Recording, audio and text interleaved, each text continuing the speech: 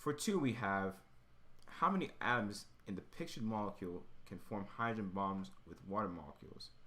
It's a picture with NCO2. So this is a very strangely worded one. Let's see here what our colleague said. Because we're lacking the picture, so I want to be able to verify based on what they're saying. So a hydrogen bond, though, at least we can answer this. Okay, hydrogen bond.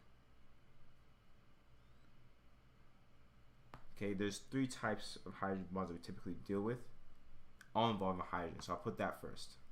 Okay, and these ones you do have to memorize so you can get as comfortable as possible. We have the one that we typically see, aka hydroxide, HO.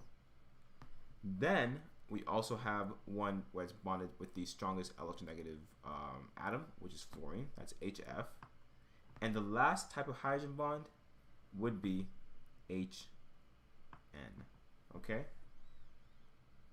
Now, with that being said, if we try to draw out NC2O, okay, so considering that nitrogen gives, that's 5 electrons, 5 valence electrons, 4 times 2, because carbon has 4 and there's 2 of them, has 8 valence electrons, and oxygen will be 6. So just to be able to visualize an idea of NC2O, maybe we can draw something to see what angles we can approach the hydrogen bond, okay? So in total we have 5 plus 8 plus 6. So it's going to be a very weird looking molecule, okay? Because NC2O, as far as I can tell, would be drawn extremely weirdly. My best guess would be NCCO,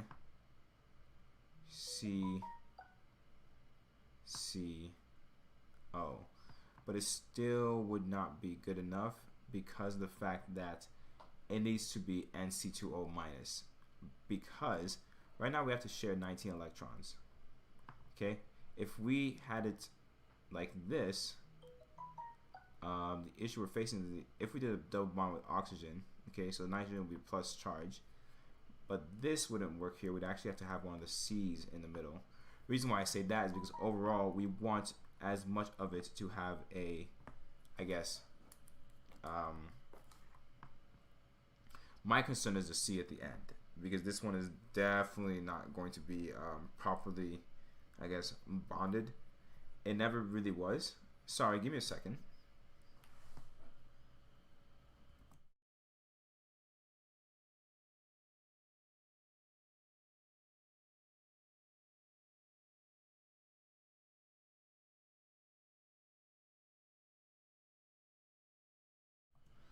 Okay, and we're back.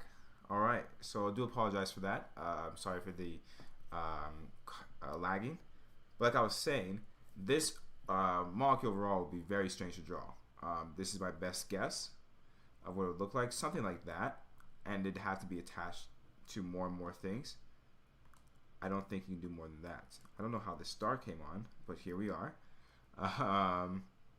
So, with that being said, though, what's going to happen here overall is that because hydrogen bonds are between the HO, HN, and HF, what this question is really asking, although it's kind of in a convoluted way, was which one of these things present in NC2O can actually form a hydrogen bond with the passing water molecule, which, by the way, is, give me a quick second here for the levels to adjust.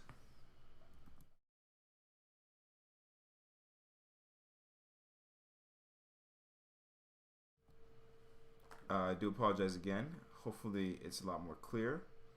So, like I was saying, with the water molecule, which is like that, H2O, we have this. This is going to be floating around and has the opportunity to either form a hydrogen bond with that or form a hydrogen bond over here. And that is really what we're aiming for here, is that this right here would be how many atoms in this pictured molecule that we don't have a picture of will be able to bond with the water molecule. It'd be the nitrogen here and the oxygen here, because according to hydrogen bonds, these are the three that participate in them. So hopefully that clears it up of what this question meant. And with that being said though, just like how my colleague said, nitrogen and oxygen atoms will be the ones to form the hydrogen bonds with water molecules, since it's very electronegative. Okay, so this is correct.